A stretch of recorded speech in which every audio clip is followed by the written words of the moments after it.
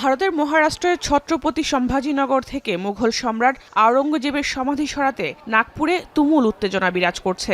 বিশ্ব হিন্দু পরিষদ ও বজরং দলের ব্যানারে কয়েক হাজার মানুষ এ দাবিতে বিক্ষোভে নামে। হুঁশিয়ারি দেন, মহারাষ্ট্র থেকে আওরঙ্গজেবের মাজার না সরালে আরেকটি বাবরি মসজিদ কাণ্ড দেখবে বিশ্ব।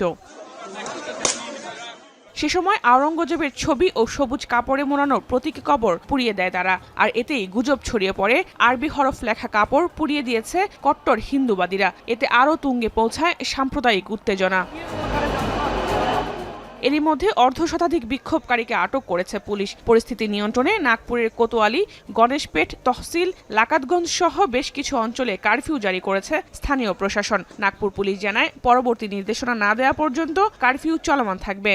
कंट्रोल में है और ऐसा कुछ नहीं है अभी कि जिससे कोई घबराए, परंतु जिन लोगों ने कायदा सुव्यवस्था हाथ पे लेने की कोशिश की उनके ऊपर हमारी कार्रवाई हुई है और हो रही है।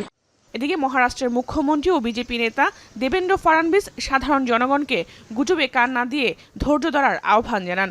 একই সঙ্গে আইন অমান্য না করতেও অনুরোধ জানান তিনি। জাহানারা ভূঁইয়া, এখন বিশ্ব।